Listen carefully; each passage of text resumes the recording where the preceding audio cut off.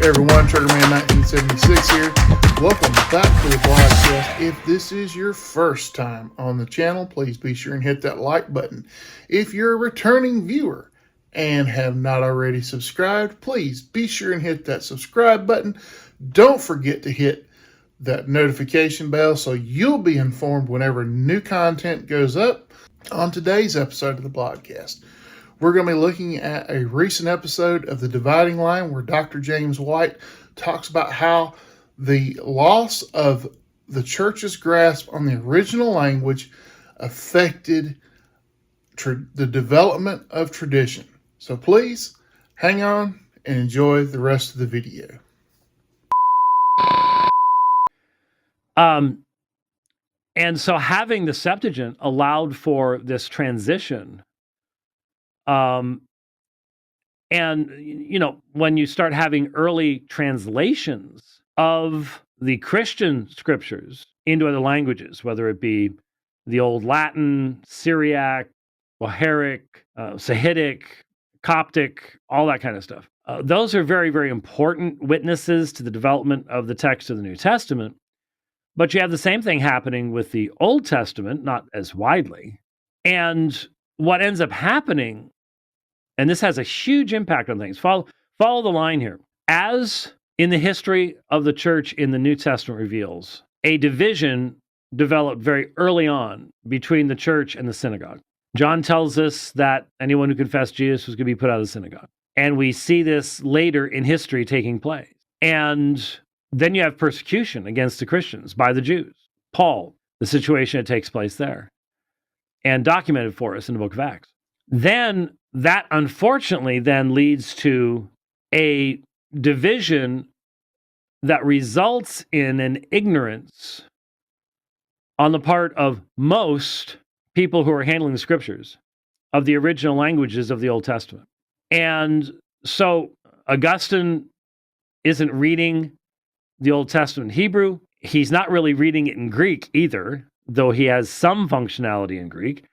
Primarily reads Latin. And so you had Latin translations, and then Jerome comes along and he translates, and there had been people who had done portions of it before. You know, Melito talks about it a little bit a century beforehand.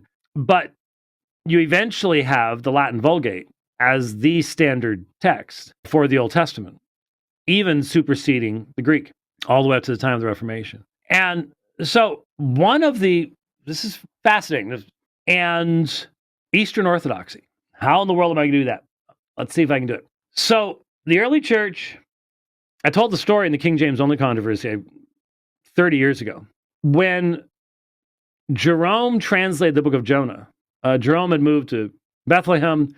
He had more direct access to native Hebrew reading rabbis and things like that. And so he rendered the story of the gourd growing over Jonah's head differently than the Greek Septuagint did when he rendered it in Latin.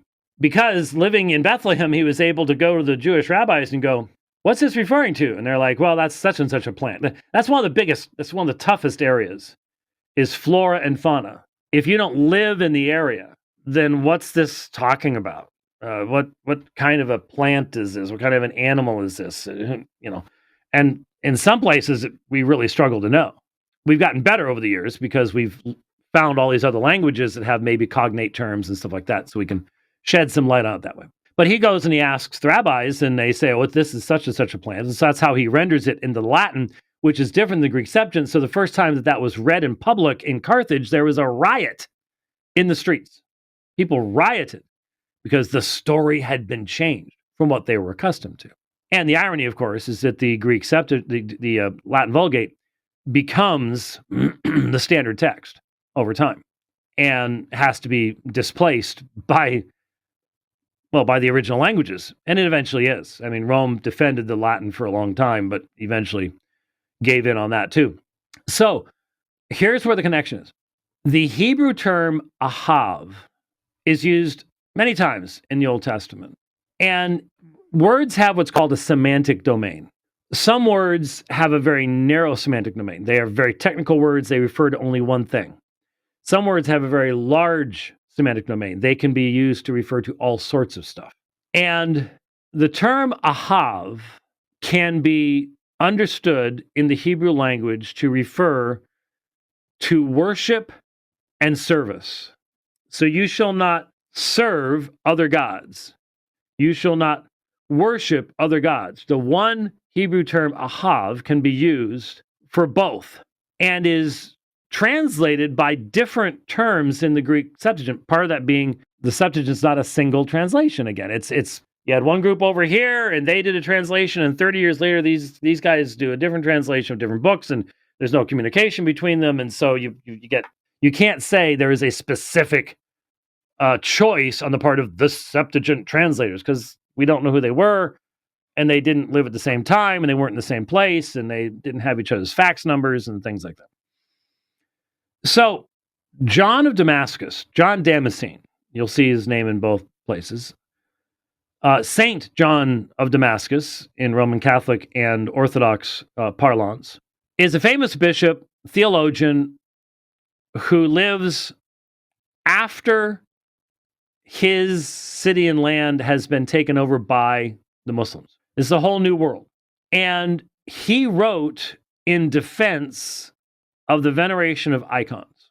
His defense of the veneration of icons was absolutely foundational, central to the arguments, conclusions, and decrees of the Seventh Ecumenical Council in 787, called Nicaea II. That council is considered ecumenical by both the Eastern Orthodox churches and by Roman Catholicism.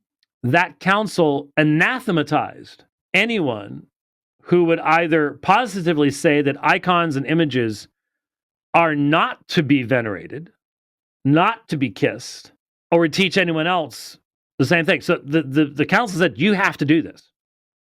This is not something you can be neutral on. It's not something you go, I don't really care for it myself. No. These have been given to the church as representations. And the key arguments, now, they went to John Damascene, and he gives a lot of quotes from the early church that weren't valid.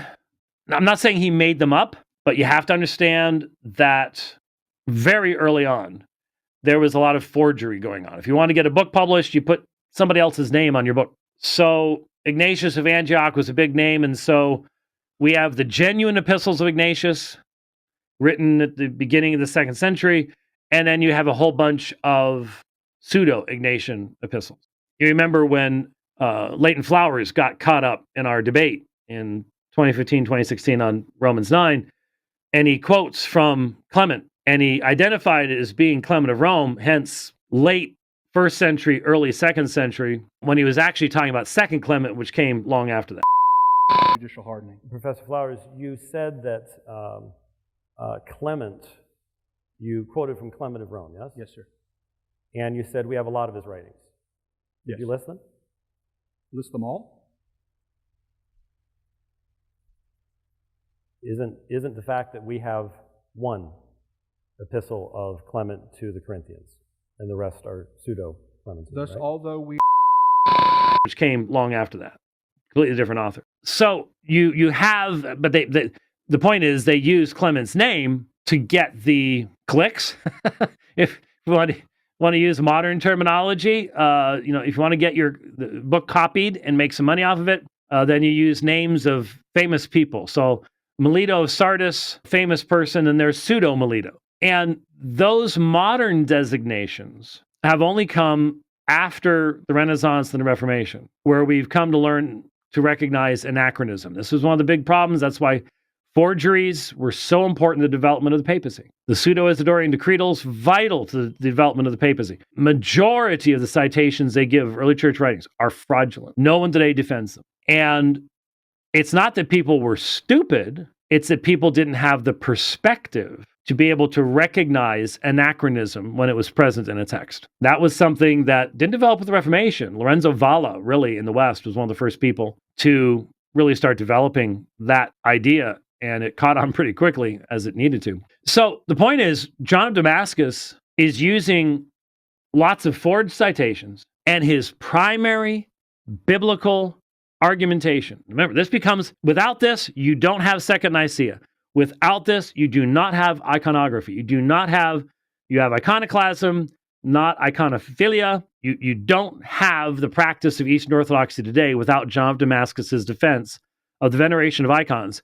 And what was all of that based on? It was based on the fact that he didn't know Hebrew. Almost nobody at the time did. In fact, there are only a few early church fathers that were proficient in both Greek and Hebrew. That doesn't mean that you're going to handle the languages right, but it at least gives you all the data. And Jerome was one of them. And John of Damascus was the one who really popularized, I'm not going to say he developed it, but he certainly put the finishing touches on the argument that there is a difference between veneration and worship. That you can venerate an image without worshiping an image. You can bow to an image. You can kiss an image. You can light candles to an image without worshiping it. And this was based upon, it's called proskunesis, from the verbal form is proskuneo. And in the New Testament, you can proskuneo a human being. So certain Roman centurions are proskuneoed. Okay, you bow down in front of a human being, but it's not a religious context, it's a military context. In Revelation chapter 19, when John tries to proskuneo the angel, what does the angel say? Don't do that, worship only God. So clearly, there is a context where proskuneo is full-on worship. When the disciples saw Jesus after his resurrection, they bowed down, they worshiped him, proskuneo. Now, there's another term, latruo. And latruo is normally used of worship in the temple, highest form of worship. So in Daniel chapter 7, when the Son of Man appears for the Ancient of Days, he's given a people and they latruo him. Now, here's the point. Both latruo and proskuneo are used to translate the one Hebrew term, ahav, which means to worship or serve. So if you ask the question, does this ironclad distinction exist biblically between veneration and worship? If you start with the original language given to us, the language that God gave us his law in, biblical Hebrew, no. Only the context determines that. And so you can worship and serve in a religious context or a non-religious context, but you are to worship and serve God in the religious context only. So ahav is only to be given to God in any religious context. Anything else is idolatry. And you tell me that when someone holds that icon up and kisses it and prays to it and lights candles to it, that's not a religious context? Of course it is. Hence, it's idolatry. Period. End of discussion. The entirety of John Damascene's argument is invalid biblically. Now, if you're not a Roman Catholic or an Eastern Orthodox, and you're arguing that, well, good luck. You have fun now, but that's the truth. That's the reality. And that's the cost of having lost Hebrew.